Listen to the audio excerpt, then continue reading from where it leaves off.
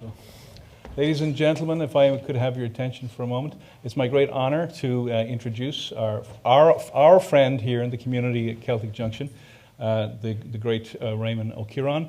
He's the CEO of Gael Linn. Now, Gael Linn is a fascinating organization. They were dissatisfied with how the Irish language was being promoted by the Irish state, so they set up their own innovative, dynamic organization. The name Gael Linn means Irish pools. So one of the things they did was do pool, kind of betting pools on Gaelic games, etc., to generate revenue.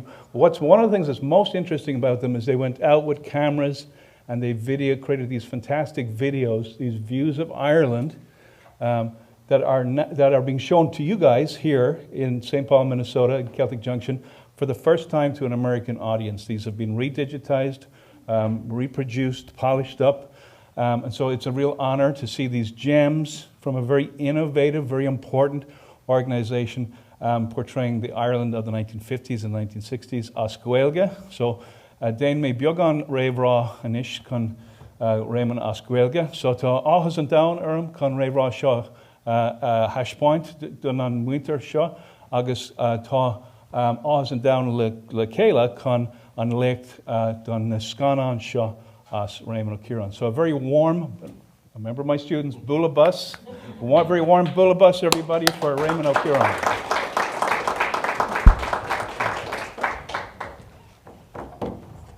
Gurcéad maigat Pádraic agus tá an ahas ormsa a bheith an seo. I am so pleased to share these filmic gems with you.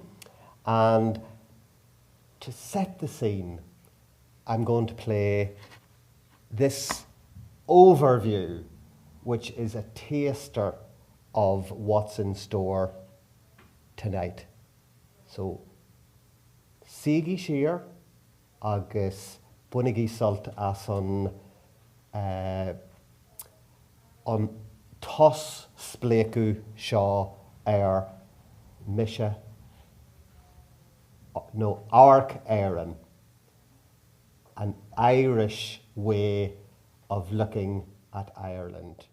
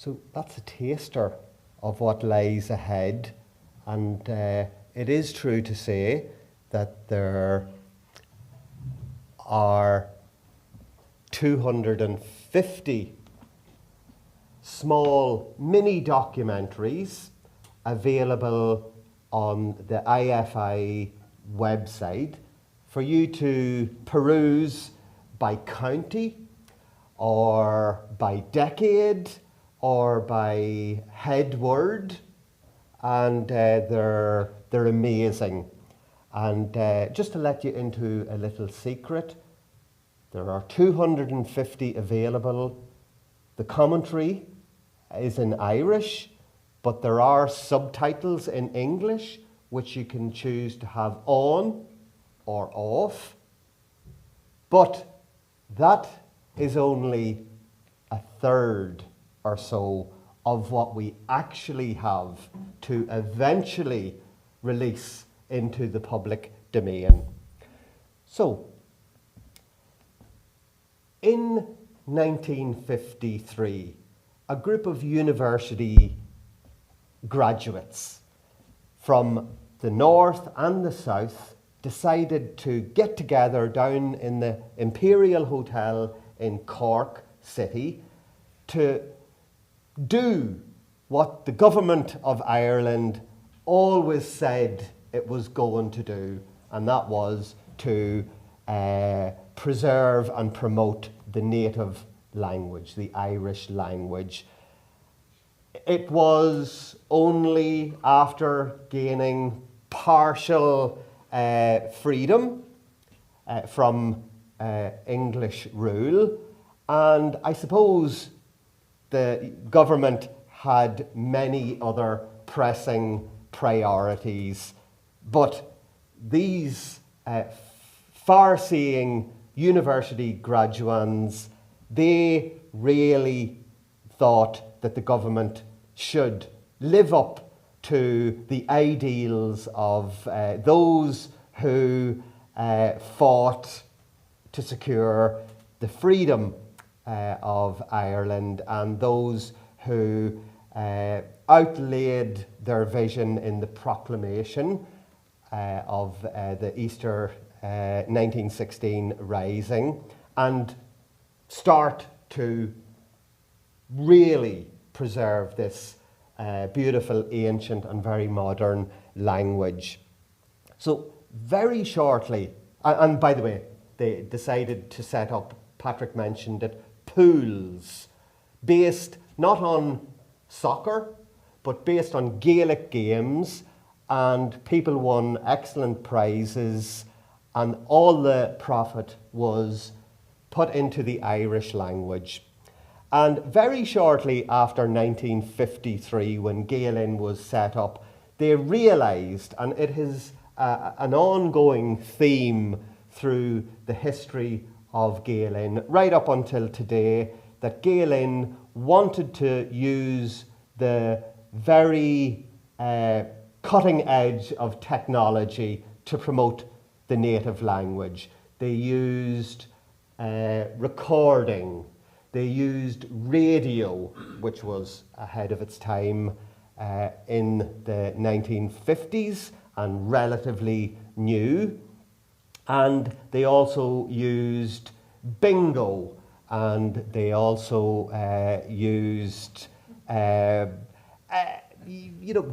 competitions and a whole host of schemes like debating in the Irish language, which was relatively new, and many of these schemes are still being carried out by Gael. But one of the very innovative ways that Gael decided to again promote the Irish language, to use the cutting edge technology of the time, was to start making short films. And yes, films, as the gentleman on the stage last night said, film does have two syllables in Ireland. So, in the 1950s, 1 million people were going to the cinema every week. 52 million every year.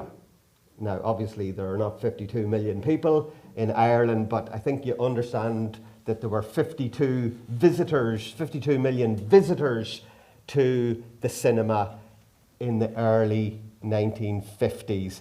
And Gael saw that as an excellent opportunity to be where people were gathering, like sports, like bingo halls, and in this case, the cinema. And they could see that companies like Universal and Pathé were offering the cinema goers a very English or international, even American view of Ireland. And in some ways, they thought at the time that the view being portrayed was one of backwardness and associating the Irish language with poverty and emigration. And Gael wanted to show that the Irish language was connected with industry. The Irish language was connected with modernity, with fashion, with culture.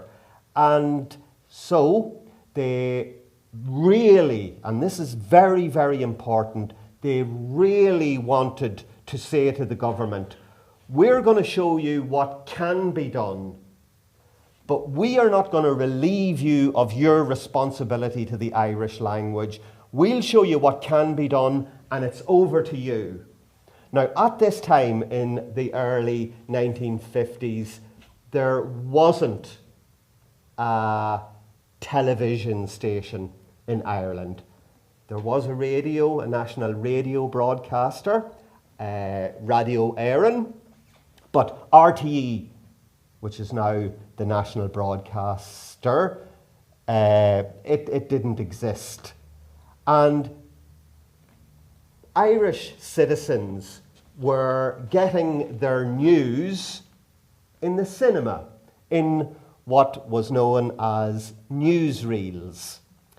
And Gael wanted to provide these newsreels, or some of them at least, in Irish. So, like I always say, no matter how fast we run, we who are working in Gael today, we'll find it difficult to catch up with our forefathers and mothers who set up the company, because they were very far-sighted and they set about enacting big projects. And this one, Amharc Éireann, A View of Ireland, was one of their most enduring and one that had a huge impact.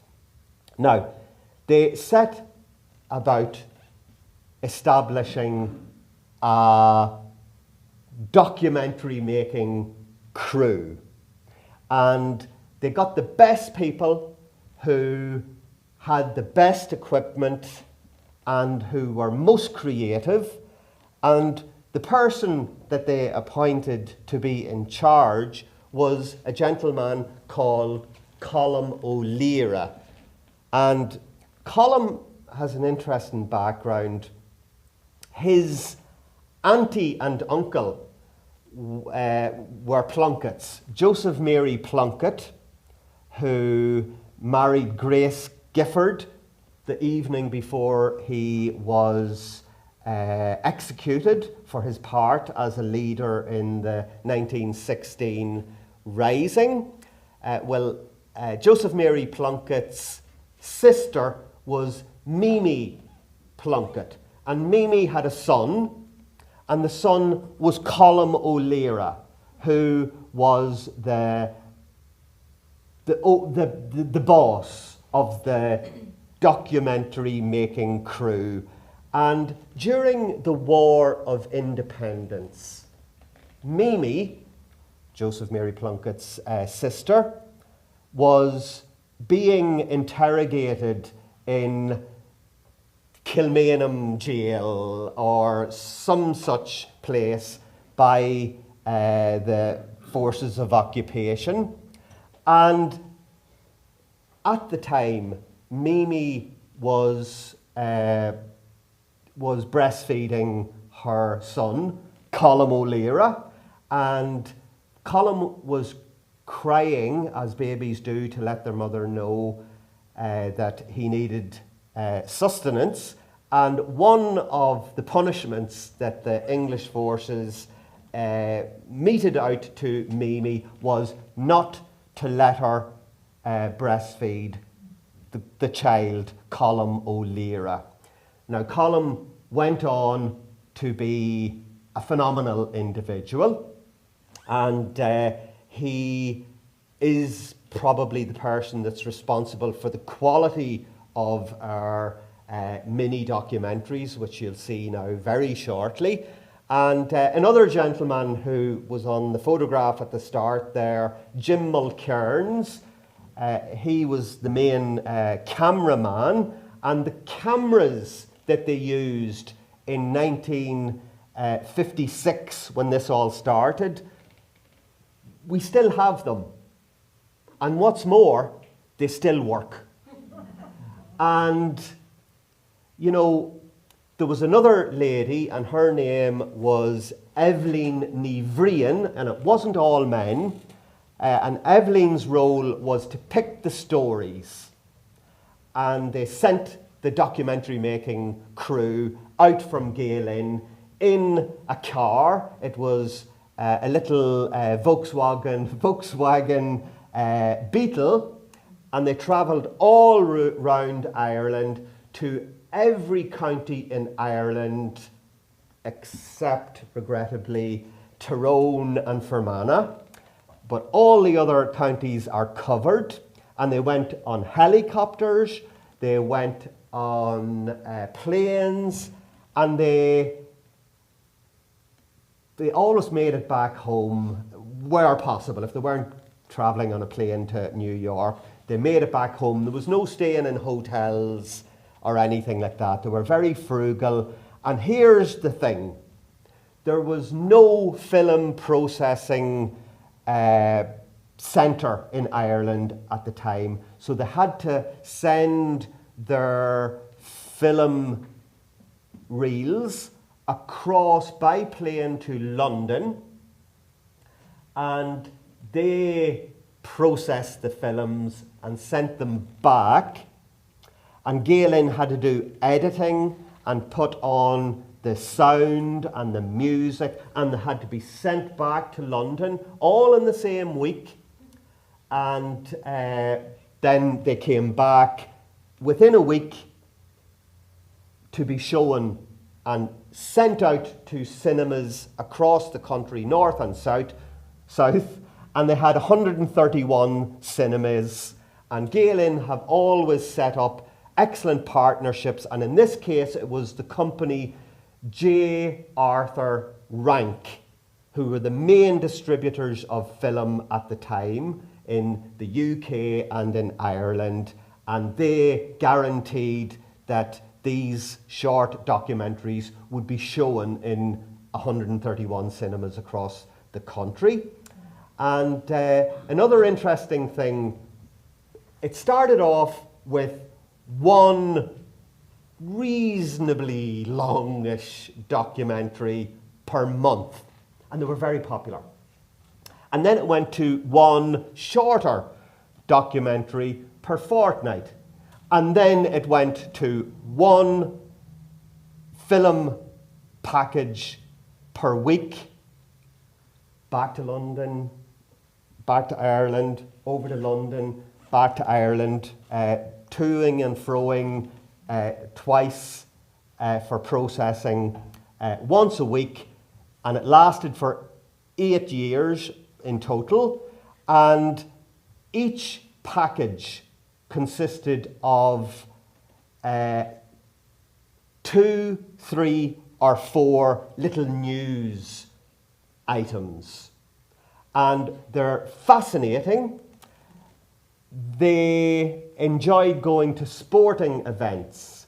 They enjoyed going to Fleadh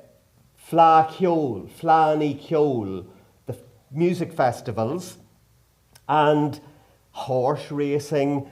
They covered a whole host of themes, and they particularly honed in on the fact that Irish language was part of a modernising Ireland under Sean Lemass and T.K. Whitaker.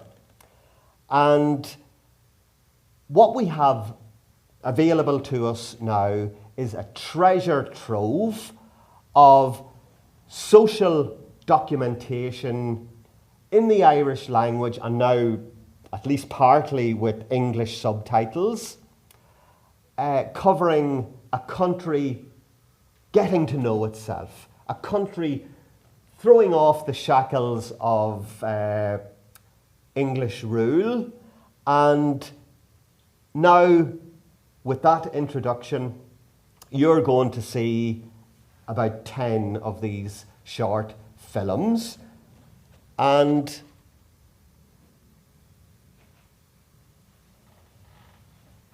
I just need to say that the people who were writing the scripts for Amharc Éireann were of the highest caliber. The Irish is faultless, they're native speakers, and as things progressed, they decided to simplify their language and also slow down their delivery.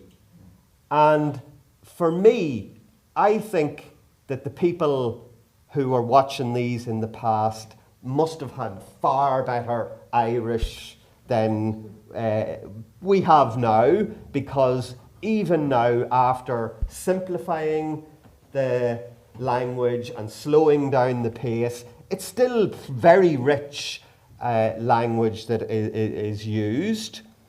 And one other thing that J. Arthur Rank, that company, said, you need to give us English subtitles. And Gael said, no. Which was a good move. But what they did concede is they conceded that they would put the title in English. And everybody knows that the full story is always in a good title. Like, for example, Titanic sinks 3 hours after striking iceberg. You know, what more do you need to know? It's all there. And like that, the titles were excellent. My favourite title, you're not going to see this film tonight, but you can go and poke around and find it. My favourite title is Beatles. Yes, the group. Beatles pay unwelcome visit to Dublin. And the reason that the Beatles paid an unwelcome visit to Dublin is that there were riots afterwards. All the teenagers went a wee bit loopy-loo. So the first film or mini documentary that you're going to see is a table tennis tournament in Newtown Ards, County Down. We were talking about County Down, up in the Ards Peninsula, and there were 200 table tennis players who participated in this tournament over a weekend, and Gael were there to capture the action. Now remember, this is early cinematography, early camera work, and they did a really good job. So, Amharc Éireann na léirú Gael Linn. Ceann go na clifí a beár sa gomórtas dísean na bhar. Tá búthirí na bliana an ora anseo agus an riam leis a camera, Tommy McCaffrey agus Harry O'Prey a cosanta digital na Wesley Pepin agus Leslie Vard. Sé Tomás McCaffrey as blé clia an timróir is mú cáil in éireann i láthar na huaire. Ar nó bhí go leor imróirí eile as descart na héireann na comórtas í oscailte seo. Bhí an immert mear cliste crin, Jimmer Pepin agus Vard go maith ach mar sin héin hí na champagne roilte gód. Thóg na clifí ar fad 3 lá mar bhí as cín ráchéadistí na comórtas í go léir. Ar éis an clifa bhran Mr. Tyrrell a churan héin ar McCaffrey agus O'Prey, an dara blian acu b'ní a chéile.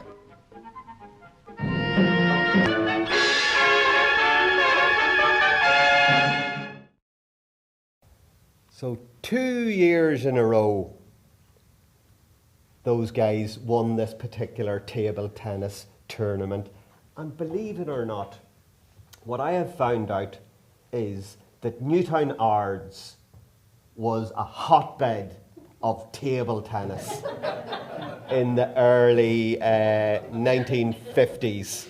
Now, the next film or mini documentary you're going to see is surprising. Now, it is surprising that an Irish language film crew were in Newtown Ards. It's equally as surprising because you know, these places are not very well known for their Irish language credentials, but Gael wanted to include the whole country. And the second video it deals with India buying a warship from the British Navy, and one of the senior female figures from India coming over to Belfast, to Harland and Wolff, where, you know, not many Irish speakers or people from a nationalist background worked at all at this time.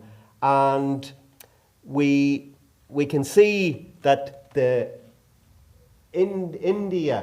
government of India are very proud of their new warship.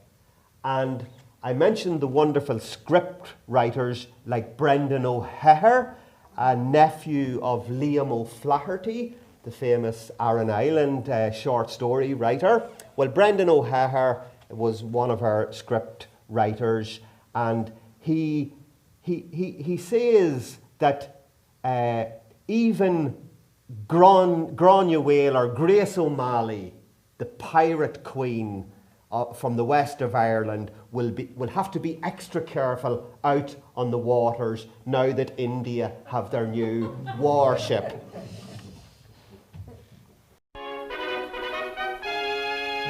Amharc Éireann na léiriú Gael.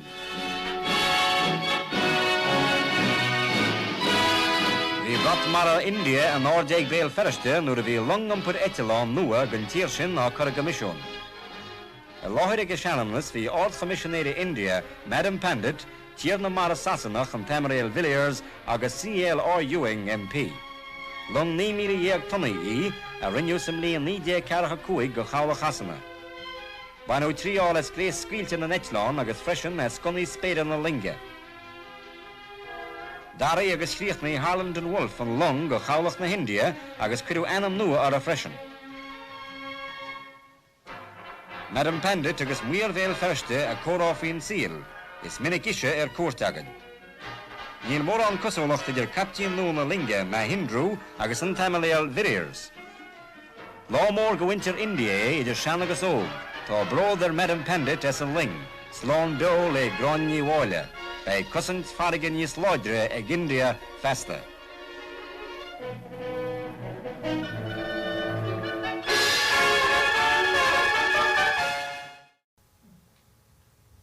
Now, Robert Kinahan was seen in that last video, and he's going to appear again in this video at a fancy dress ball at Queen's University in Belfast. And it's very surprising that one of the foremost Orange Order members is appearing in these Irish language films. I really adore this next short documentary because it shows what Belfast was like just before the Troubles. You can see these young people dressing up and how confident they were in every way and how happy they were. When I was at university in Belfast in the late 80s and the early 90s, well, you know, we were confident and we had a really good time and an excellent education, but there was always something darker brewing at the edge of the bubble of safety that the university created. So look at these confident young people at their fancy dress in Belfast. I need to get it going. Amharc Éireann na léiriú Gael.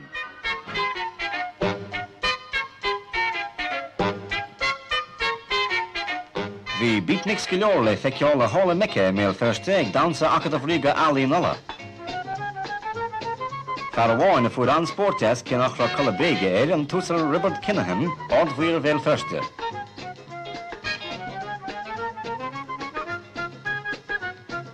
Ní dócha gan anocha uachtrán nó na stati NTS yn dramsio. Bhí gléise buchalí bóas inniachara, léise Mexicos na Síne agus iad goléir tarn chomáisian le chéile nach ra builarbe náisiún Intia bheith á Carbatlo. Bhí neart fún dealaíochta ar a freisin.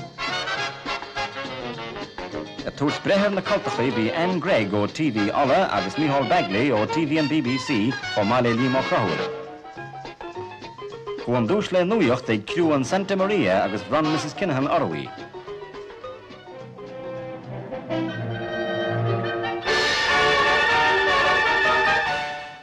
So you can see that these people must have foreseen the oncoming of TikTok, because they're all very short and they're just very succinct. They've excellent titles, as we have already mentioned. And the next one is going to, they liked going to set pieces, which made it easier for them to set up their bulky equipment.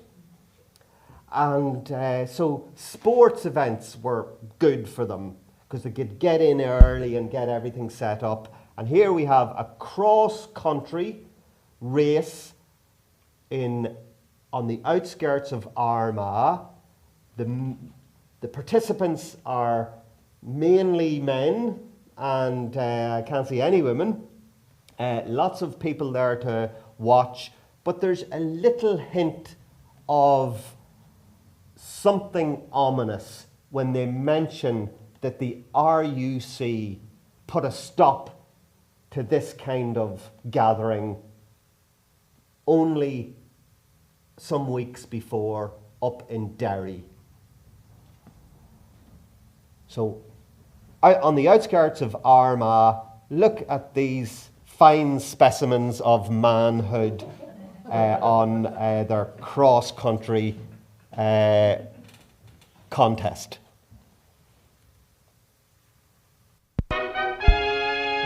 Amharc Éireann na léirú Gael.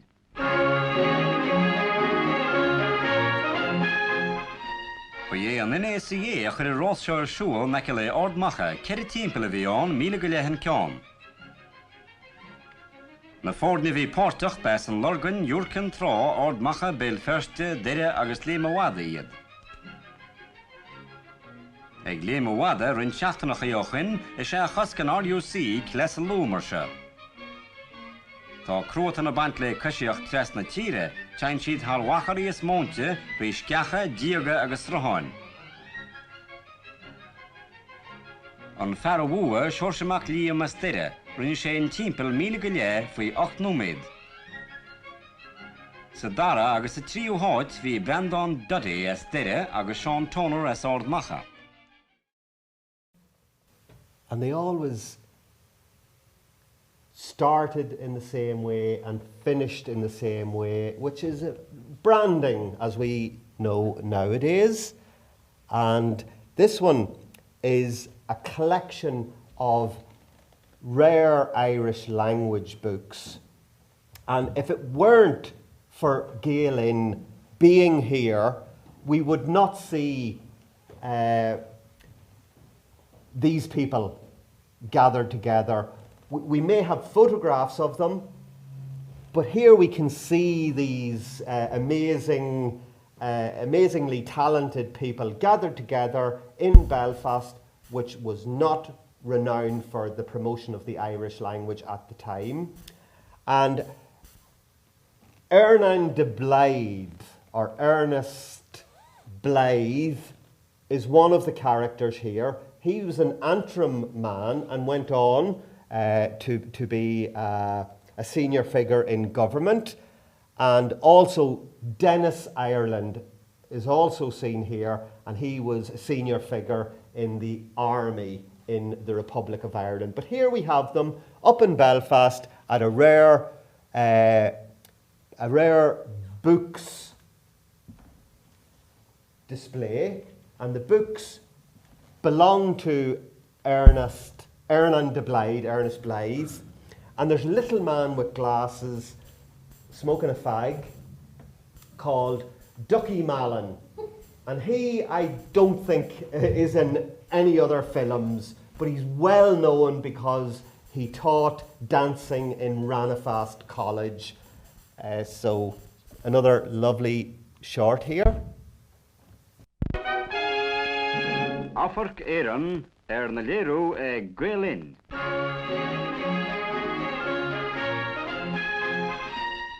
An Club Leabhar agus Cumann Gaelach Allscoil na Riana méil ferste a chur an tispántas ar siúl. Bei Breandán de Blythe dascaile agus leabhar sé faoin na céta leabhar glana Gaeilge a bhí le feiceáilán. Chuir Kenneth Darwin chláirithóir na carach an tíimanta.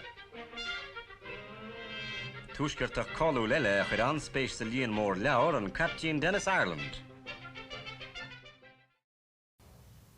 Now, you're all really going to enjoy this next one. We're staying in Belfast, and it's Gael in Amharc Éireann capturing the 12th of July parade, and some of the commentary would not really be suitable today because they refer to a black orange man.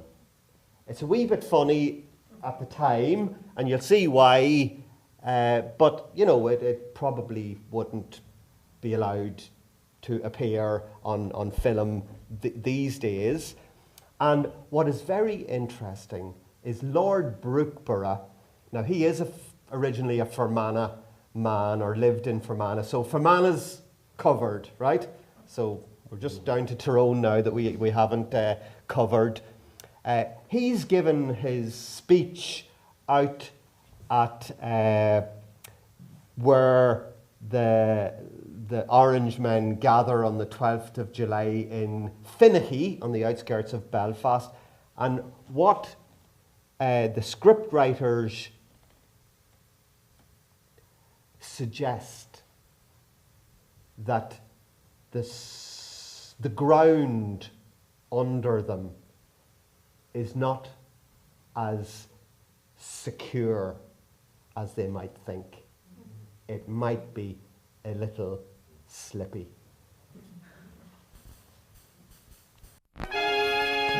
Amharc Éireann na léirú Gael.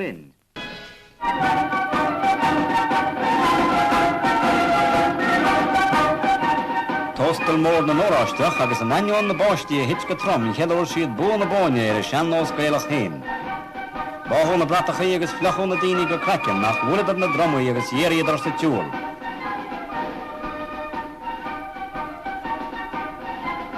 Nach iontacha darach éile síra a chatha. Beidir go meor le seo malacht áitrih ach tá lucht na hata ar melachan na páirce. Barc Finaghy atá an tinál mór agus lastar na dromaí le díocas is geall wahanis na hóráidí.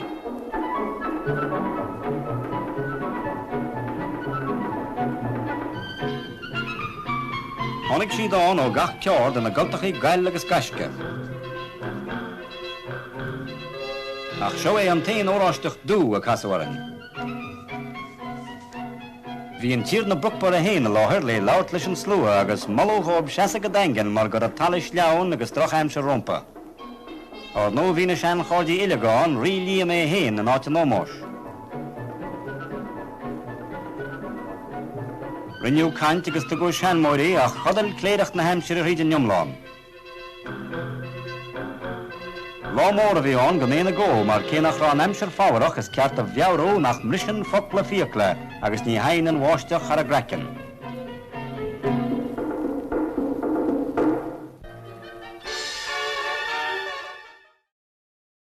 So, deir siad an sin ní bhrisin focla fiacla. Words don't break teeth. So let whoever wants to speechify or make a grandiose statement, let them at it, as long as, you know, we don't see anybody getting hurt. What harm is in it? Now, here we have an example of trying to associate the Irish language with advancement.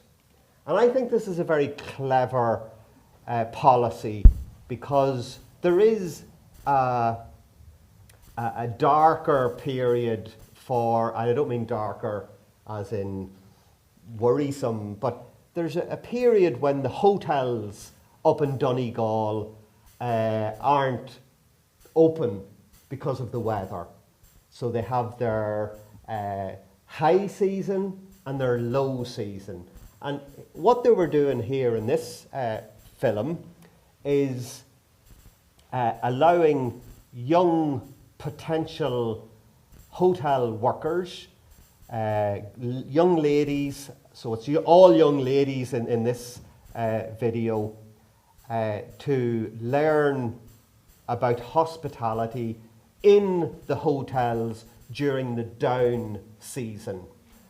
And the message at the end is that Anya ní Bhreaslainn, the lead figure in this next short documentary, well, she doesn't have to emigrate because there's a job for her in a hotel up in Donegal at home.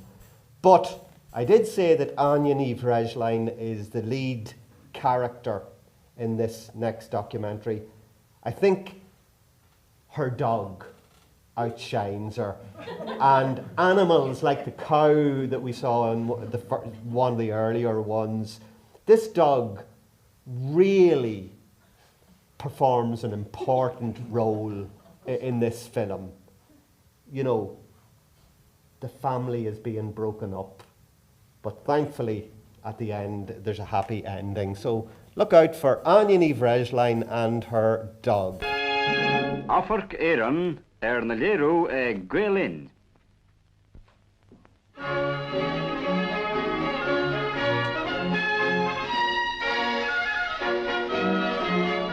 Ciaráin, an Ghaeltacht siar go háda rá. Tá Anya ní Bhreaslainn ón Tra Valley a móthar go bundóráin le freastal chúrsa tréanála an óstána túisceart. Tá an cúrsa faoi chuimirce chuiste ghairmideis Ciaráin agus bord fáilte Éireann.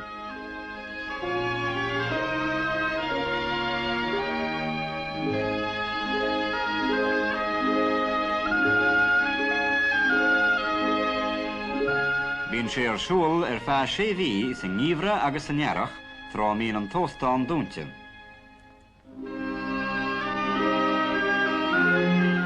Tosaíonn na ceachtaine le tíos. Tá áine agus cailíní eile a fólam conas na siomraí a chlána. Spáinneann na múnteoirí dóibh le gachrad a dhéana i gceart. Mar chleachta, níonn siad éadaí an óstáin iad hain.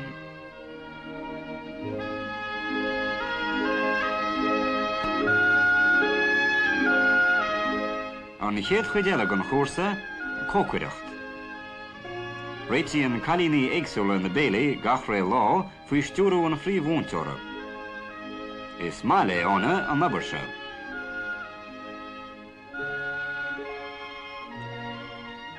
An tríú cuid gan chóirsa freastal sa brinteach.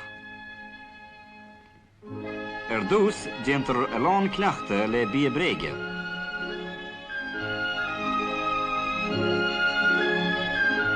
Agus é gám lóin déanann siad freastal dá ríre ar a chéile.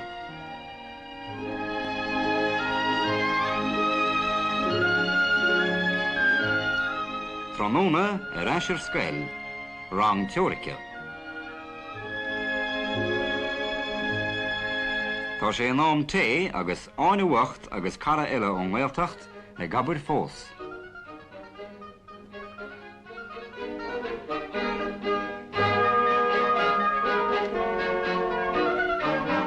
Ba fad an lá ag an 3 scór cailíní agus is má hilann siad síimsa.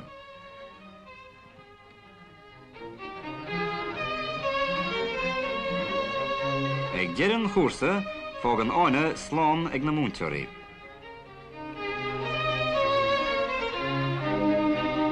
Tá sí ilte inis agus tá posta nua a fannach léthe hana héin sa maile in Éireann.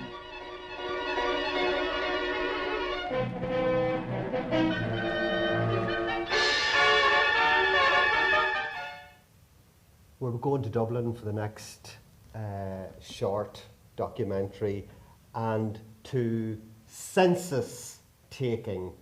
And the Garda Síochána were employed to go out to take the census from a certain section of the population, and they were the travelling people.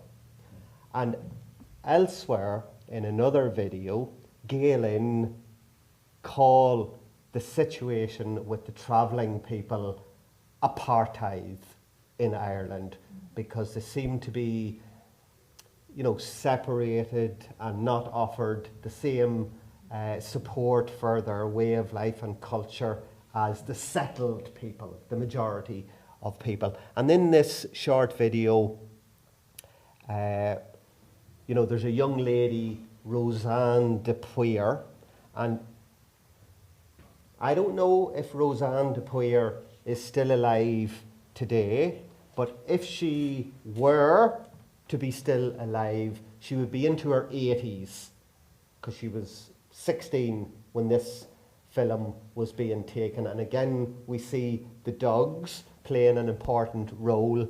And the message coming out of this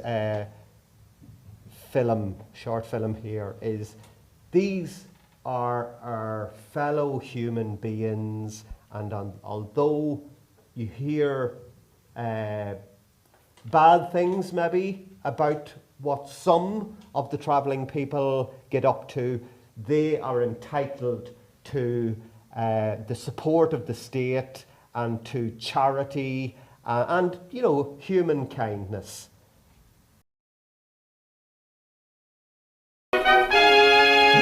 Amharc Éireann na léirú Gael Linn.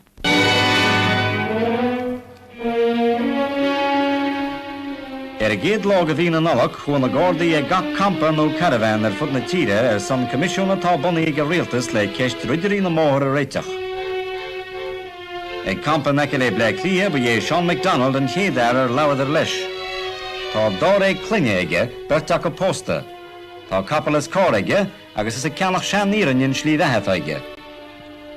Dina deáhúnta cliste Sean cé nach bhfuil scríomh ná léamh aige. Rosanna de Puyer sé blina dé gríis. Chur na Gardaí go leor ceisteanna arab faoin na slí bheithe le áras áil conas síl níos fearrthúirt ó bhéin agus tá gláán. Ba bhhaile se go is mó ach tithe áil, ba bhhaile na mrá lárachaí campála ina meach isce rathe, léirisa agus seanscaile na páistí. Céir tá nándóid. Tá fuaig daoine óir agus fón arab díaltas a imirt arab, ach nach bhfuil carnach dé tilteachab nós an chuidé agan.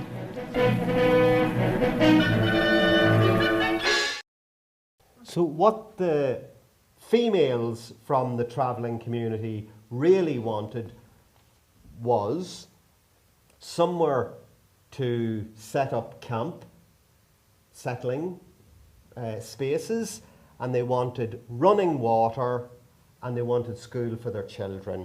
Basic enough needs, one would have thought. Now, we're going to Belfast for this, and some commotion again, like what happened when the Beatles arrived in Dublin. And here we have Louis Armstrong paying a flying visit to Belfast. And this was the first time that I knew that jazz fans were known as cats. Because in the commentary they say that there's as many cats gathered to welcome Louis Armstrong as there are down in Kilkenny, where, it's the Kilkenny cats. So, Amharc Éireann na léirú Gael Linn.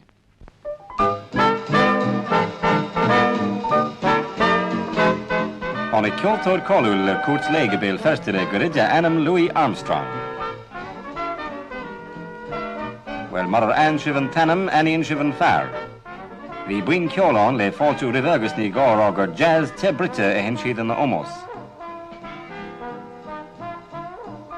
Buinta Hanal to Kudu River or the Chrahian go will quit the mail first or Mahas Toigil Hinne. The in Slowagan airfort and your Ardu ach nur Rich Satch more Lord Nakarach as Bjognar Rabe Nadego Yaglustan as a Hela. Balachay Shata Akale almost a renew.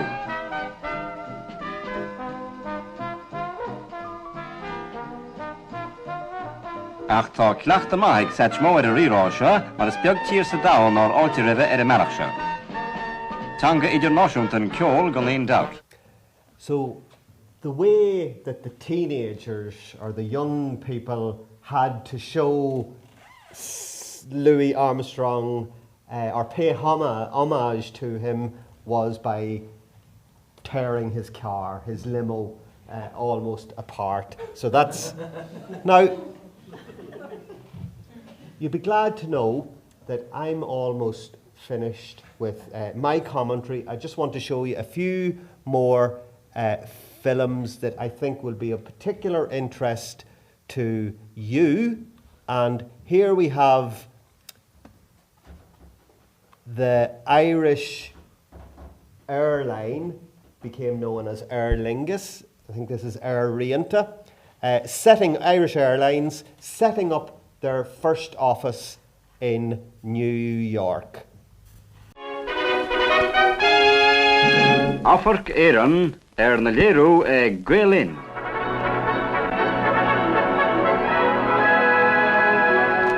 Amistó tá ceangal taistil dírechagan leis na státaontaí is ceart gomach príomhóras Breandán Ó ag Rianta Éireann cheann go na stráideanaíos faisiúnta in Uárach.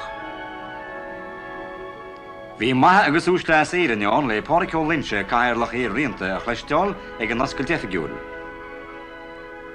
Rá Pádraic buíochas le espa cúnta nó Uárach an dochtúr Irvinneach ó Flanile a bheanna an ifig roimh seannas. Is cinnte gur féidir lena bheith brodú leis a gohar an nua ghollan cín na hÉireann. Mai agus John Huston, the filmmaker, receives his Irish nationality, as many people of Irish extraction who are living in America are doing to this very day.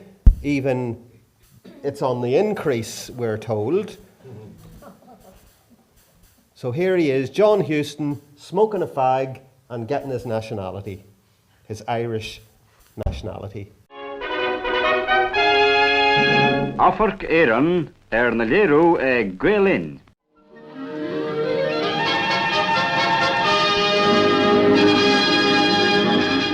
An ring dí agus cirt agus loch nuachta a fannachtar an stúrthás Scanán cáúil John Huston in Missouri a rugaway ach dil sé amachad aras seo ina Éireannach tar éis clárú ina híránach gan tír seo.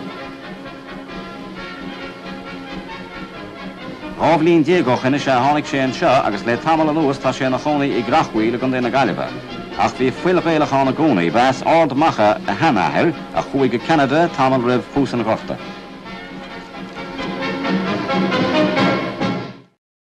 Now, the next one, which is also going to be the last one that I show you, before I just show you briefly the website, here we have a group of mainly American teenagers coming over to Ireland to spend a holiday canoeing and camping by the riverside and on the river down in County Munster, and I'd be surprised if some of these people didn't go on to be important figures in their own right, probably back in America. Listen up for some of the names and... Amharc Éireann na léirú Gael. Sira as a guttin has the sonadini ogasha, a shola aun war na moon, idir mo alla agus an lis mór. Matthew Amrachu ik heb een chefje doofshoe der mienlo na lehenty ligan lesru. Tá ansúlans na báid bheaga scofantaise achas mailis na bádarí óga cí ligan agus te gná ní dhéanaan siad tar 10,000 sa ló. Tá cáil géan is a gongur áileacht agus éagsúlacht na hainse. Bhí an taris lé nó taris seachtainna siúlaigh Matthew. Tugann sé na báid agus na cábáin dóibh agus rud níos táhachtaí fós an bia.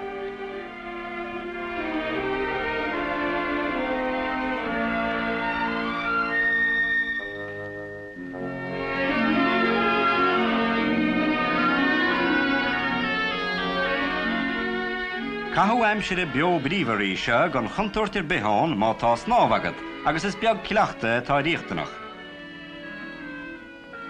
Clé, des agus na cailíní go rias. Is íntach an sás a bantir as ciúnas an laigréine agus íntaí fós an sólás a thugus ocras na hain nuair atá fésta blasta a fannach leat agus mar chríochair chuideachta maireach an nuigenas íhain na hia.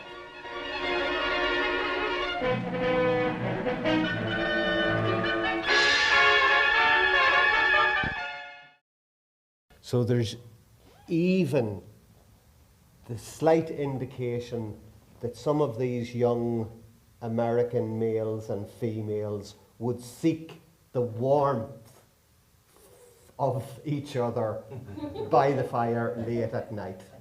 It was all half said. Now, last word from me. No, that's a Google Doc. I think this might be it, yeah. So this is the camera which I have seen and it still works. And I was speaking to Jim Mulkerns' daughter, a lovely lady who has his camera all these years later. Now, this is what it looks like. And you can, search by county or just pick at random. There are over 250 such shorts available. And unlike tonight, you can see the English subtitles. You can turn them on or turn them off. But when this project is completed, there won't be 250 short documentaries. It'll be closer to 800. So you can see the vastness, and you can also search in this way, just by picking out stories, and you can search by theme, like modernization, political, religion, social, and I'm going to go on social and finish off completely tonight by visiting a flagpole, if I can find one. Yeah, let's go to the flagpole in Mullingar, which was the first flagpole, I believe. And we're talking about the mid-50s here. And the big message in this film is that, look, it's great and it's wonderful that we're celebrating our traditional music, but there's a raucous element coming to the Fleadhs, and they're drinking too much. They're only here for the beer. And in the end, the tradition wins out over those who are drinking too much and getting up to all sorts of devilment. As you will see, when this is over, I want to hear your observations or your questions, and we can bring the evening to a conclusion. So listen and observe. This is Mullingar, and this one's slightly longer because it's good. Amharc Éireann na léirú Gael Linn.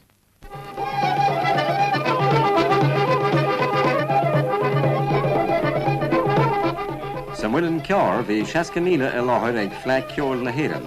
ní ceoltóirí ach ceoláin go leoracha. Fle óil agus pleiciacht a heastamhatha agus is zú a chahadar an deir seachtainna.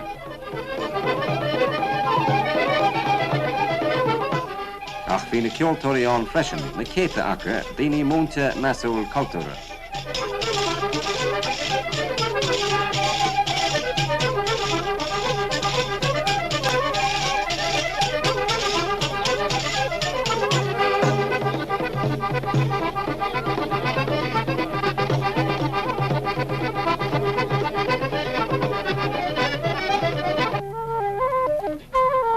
Sinnam flute, Joe Smullen na Sufália.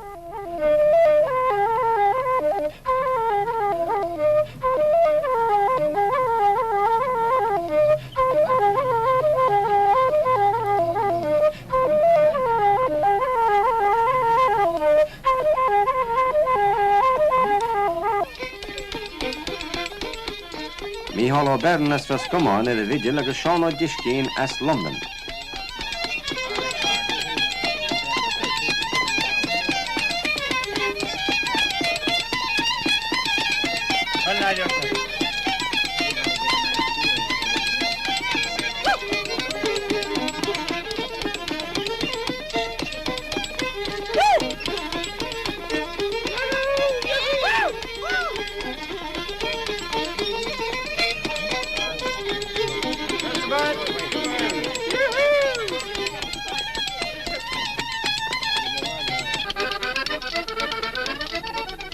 As Kilvride, Míhall Ó Mullain agus Chordain, banan I rifur Roisin ceolas na spúnógaí Balaíra.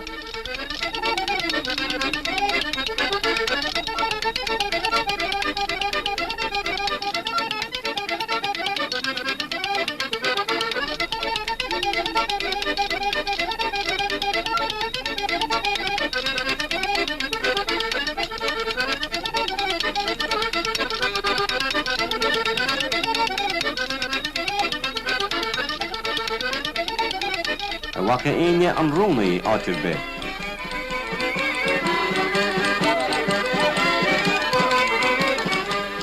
Is as críomh gan chomhaltas ceoltóirí in Birmingham, déanúir gan Mhuinse, as a spidéal an Gaile agus as muirin ceár an Chadeile, an Dr. R.W. Lowry Orbanach atá geanas na críomha se. Sa deire bhú an ceol ar an nóil, agus bhí an phlean ar eis ar a seannos.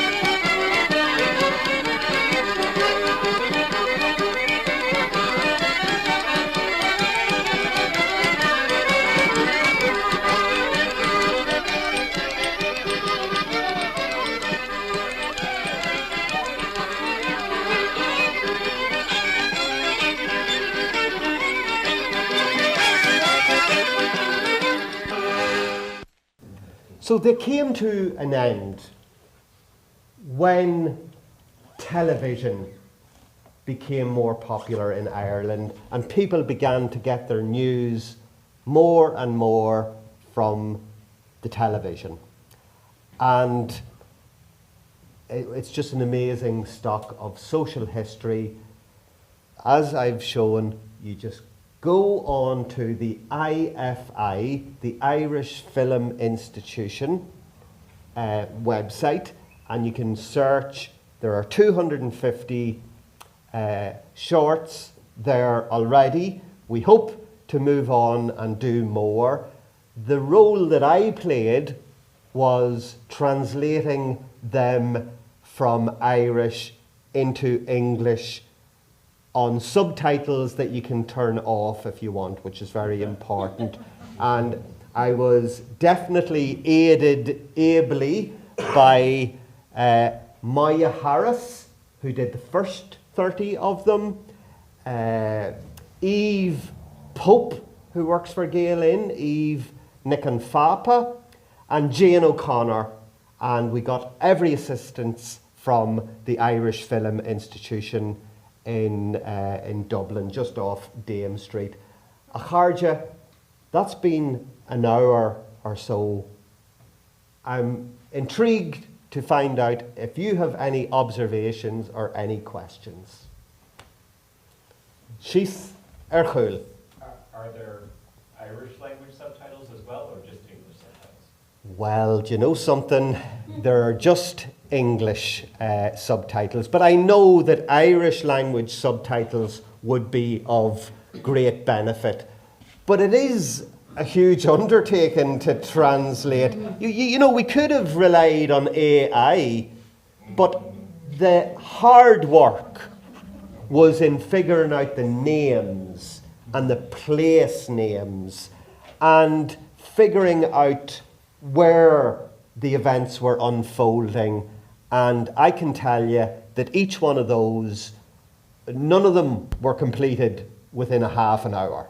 So it's, 250 half hours and more, because some of them are longer than the others. I definitely see that there's a benefit in having Irish language subtitles, but at least the commentary is in Irish. And now they are not geotagged. You can view these anywhere, and at least you can listen to the Irish and read the English language subtitles. Goracéad Maigat. Out of the 800, did you see any road bowling videos? Do you know something? I have not seen the 800. I have just seen the 250. And there are a few others that they appear a lot in films. You would be surprised how often you see Amharc Éireann stock footage, because it appears in historical documentaries all over the world and in films. But I haven't seen road bowling yet, but I've only seen the 250 that I was involved in. And, I definitely saw the ones that I translated, and then I saw the others because somebody had to make sure that everything there. I'd be surprised. It's the kind of feature of Irish life that the Gael crew would like to include. But yet, I haven't seen. We've got some from the 60s, I think. Are these public domain? The 250 are in the public domain on the Irish Film Institute website. So you can go on there and watch them. They're not for, you can't download them and use them whatever way you want. So they're not completely in the public domain, but they're available to view for sure. And if anybody wants to use any of the clips, they have to contact the Irish Film Institute and get permission, and there's a nominal fee for that, and Gael get part of that. Yes? How many people are working on the continued work of translation and posting? Yeah, well, Patrick is right that you're lucky to have seen this, because this first tranche of short documentaries was only released in Seachtain na Gaeilge, which is in March of this year. So there were 5 or 6 in the Irish Film Institute, and they were really, really professional. And then there were 3 or 4 in Gael. But it's on pause at the moment because it was a huge effort to get 250 items translated and then get that up onto the searchable map, and make sure that everything is in sync, so that the subtitles are in sync with what's actually going on the screen. So a nice team of complete volunteers, if you like. We're all paid to do our work, but this is something we wanted to do. We couldn't not do it. But it's something extra that the workers in the IFI wanted to do, and the people in Gael, once they saw what would be released into the public domain, we all really wanted to do it. So, you know, under 10 anyway. And when did you begin? How long has this process taken? The 250, there were 30 of them available for a long time, and Maya Harris, who worked with Gael, and she's still involved with Gael, and Maya Harris did the first 30 or so, and they've been available for quite a long time. And then the rest that make up slightly over 250, it took a year and a couple of months, because, you know, first they had to be uploaded onto Vimeo, and then they had to be put onto Excel document, and then you know, we had to get the Irish language figured out and then translated into English, and then it all had to be married together. We worked, at the end, we were working day and night to get it ready for the launch. Aren't we great? Any other comments or questions? Yeah, Maureen. How many people in the cinemas would have understood the films that were being, they're not very long, so they don't, if they don't understand, they don't have to put up with it for very long. But how many people, I understand about demystifying, agriculturalize the language, but would many have understood what was happening?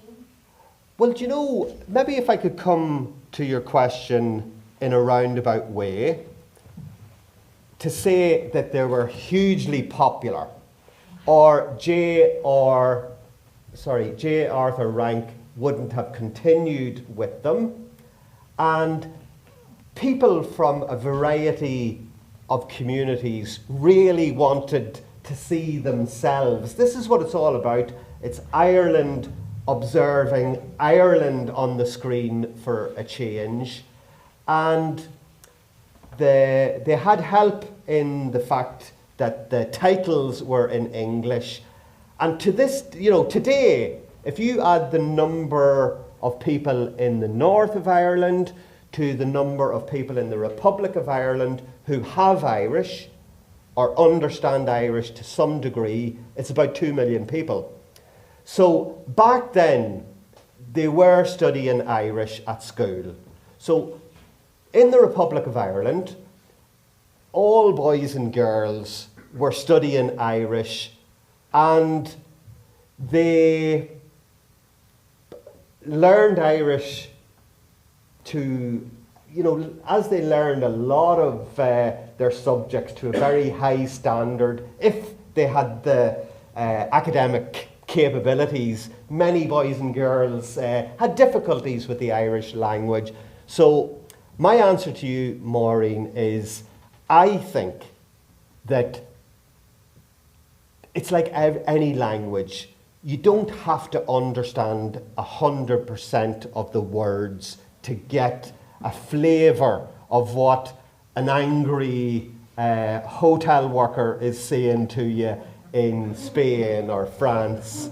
Or, you know, I always talk about the very highly paid soccer managers, and their English, in this instance, is not fantastic or grammatically accurate, but they can get their message across.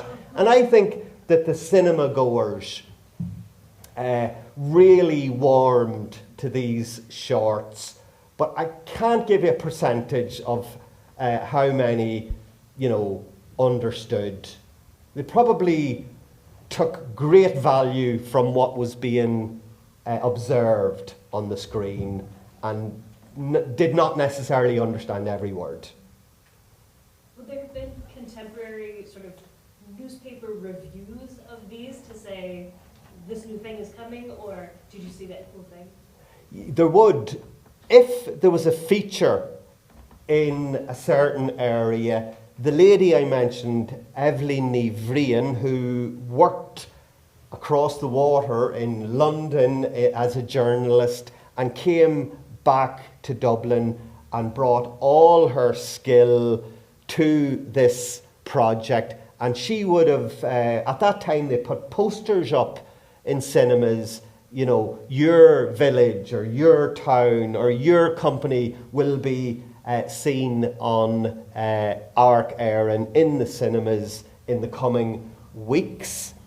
And another thing that I didn't get to mention is that lots of organisations and companies were approaching Gael to do features on their operations.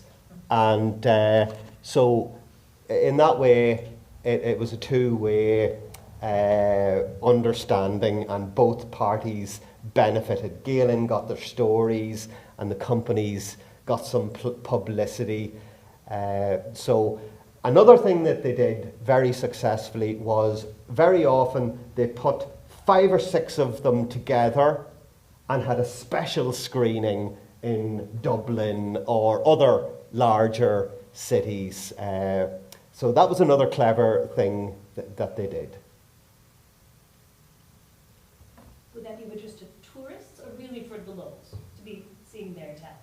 Oh, it would not necessarily have been for the tourists. It would be more for the locals, the natives.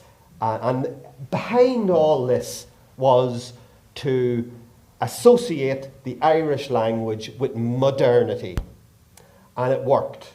And here we are 70 years later in St. Paul, Minnesota, taking great enjoyment from the work of one woman and a number of gentlemen. One of the cameramen, not Jim Mulkerns, was one of the cameramen is still alive. And he is well into his 80s, and he's very agile. He does a lot of Pilates, and he was at the launch, and he was the guy that had the beetle I mentioned, and a lovely gentleman. And you know, he was able to tell us what it was like out on the road, and he told us that a lot of the Irish people were very shy of being filmed. They did not want to be on camera for some reason. And obviously there's always going to be some people who, you know, get me on straight away. And so, Arisht, Hiesenchin? Yeah, you mentioned at the beginning that the spoken Irish represents, I can't remember if you said a deeper or a richer form of Irish than we hear a lot today. And I was wondering if you could speak, like, is that a matter of vocabulary or grammar, or what makes it deeper and richer? I think the people involved, like Breandán Ó Cadhain, a phenomenal journalist, and also did academic work, larger than life character, and also novelist in the Irish language, coming from a background where the Irish language was the native language. And I think that it came second nature to them, but they had to realise that they needed to simplify their register a little and slow their delivery down a bit. But even after doing that, I think that, you know, it's still phenomenally beautiful language, and in this case, the Irish language. Cormac. I have a couple of observations, just interesting stuff about, like, my parents would have grown up. My mother went to Loreto the Green in Stephen's Green, and not an Irish-speaking school, but Irish was taught in a native manner. It was taught that whole periods of the day were spoken Australia. And then my father went to Mount Sackville in Chapelizod, and the same kind of thing. They both went on to join Cunra. My father joined Cunra when he was 18, Colm Ó Laoghaire, which was the Irish Language Institute, really. But the drop-off from their generation to my generation, I went to a Gael school called Colm Ó Laoghaire in Manchester. And the drop-off from their generation to our generation is, that's the criminal part about the loss of the language. There was so much drop-off from their generation. Like all my aunts and uncles, even though they didn't have maybe the passion for the language, they would have had command. So these things like, and my other little point was that the first cinema outside the centre of Dublin, like all the cities would have had a cinema, or the bigger cities would have had a cinema. But UCI in Tala was built in 1990. And the excitement of going to a cinema that wasn't the Carlton or the Savoy or the Adelphi in the middle of Dublin was palpable, because that was what you did. What are you doing this weekend? You're going to the pictures. It was always, and like in America, there was picture houses all over, but there wasn't. Even Dublin being the capital city, there just wasn't. You went to Savoy and the Carlton were each side of the street, O'Connell Street, and that was where you went. That was what my parents did. That's all you did. So that, like, this is fascinating to me, just to see how I didn't know about these videos being shown. Well, your parents definitely would have seen these first time around.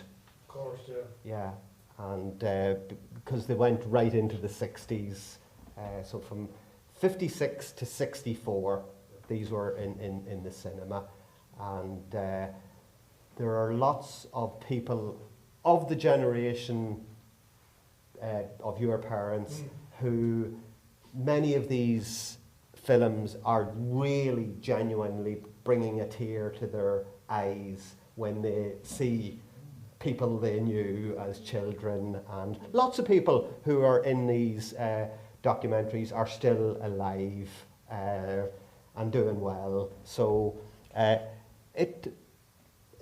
when we had our launch event, it was definitely one of the most successful launch events the Gael ever had. It was on RTE, it was on TG at Cahir, it was in the print media, on the radio. There was huge interest, and we've only done, about a third, if even a third. So think of the riches that still have yet to be made available with English language subtitles.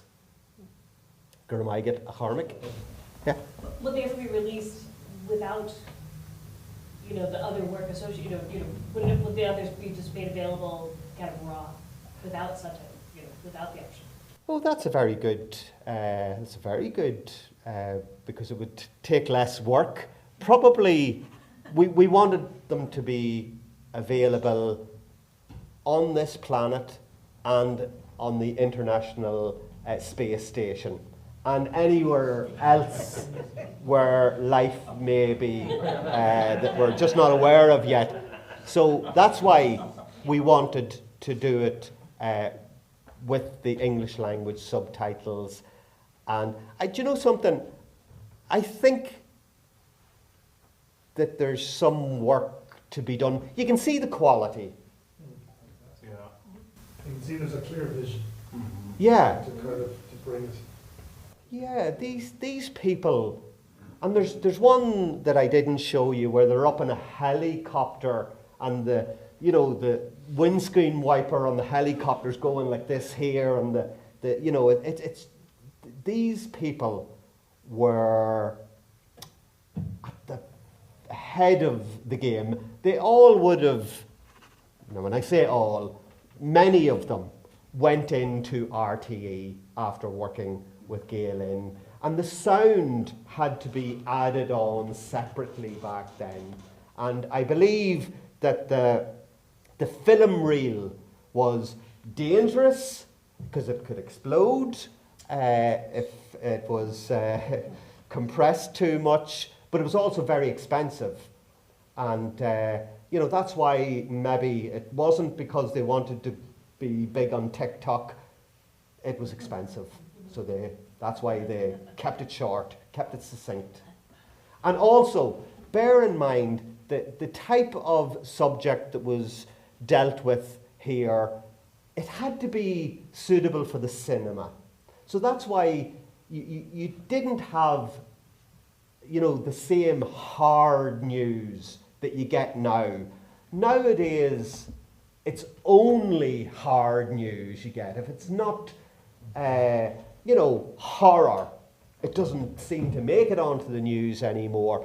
But this here was more about, you know, a more upbeat, positive, happy events. Imagine if even for part of today's news that we had, you know, more of this. I know on a Friday evening back home you get a wee small bit about somebody getting an award for bringing a cat down out of a tree or something like that.